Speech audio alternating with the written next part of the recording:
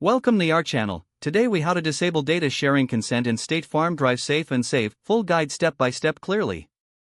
Open the State Farm Drive Safe and Save app on your device. Log into your account using your credentials. Once logged in, navigate to the main menu.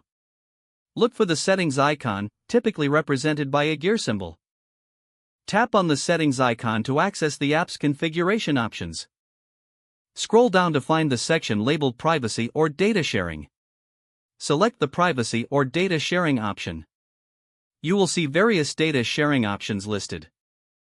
Find the option for Data Sharing Consent. Tap on the toggle switch or checkbox next to Data Sharing Consent to disable it. A confirmation prompt may appear asking if you are sure you want to disable data sharing. Confirm your choice to proceed. After confirming, the app will update your settings accordingly.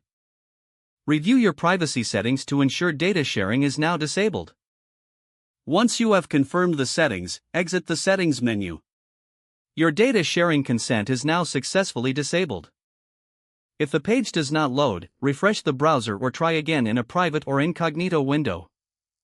Make sure you are using the correct email address, then retype it carefully to avoid small typos. If your password is not accepted, use the reset option and create a new strong password you can remember. Check your spam folder for verification or security emails, then complete any requested confirmation steps. Enable two-factor authentication if available to improve account security and reduce unauthorized access risk. After signing in, review your profile details so your contact information and settings are accurate and current. If you see an error message, note it down and try again after restarting your device and internet connection. Log out when you finish, especially on shared devices, to keep your account and payment in. If the page does not load, refresh the browser or try again in a private or incognito window. Make sure you are using the correct email address, then retype it carefully to avoid small typos.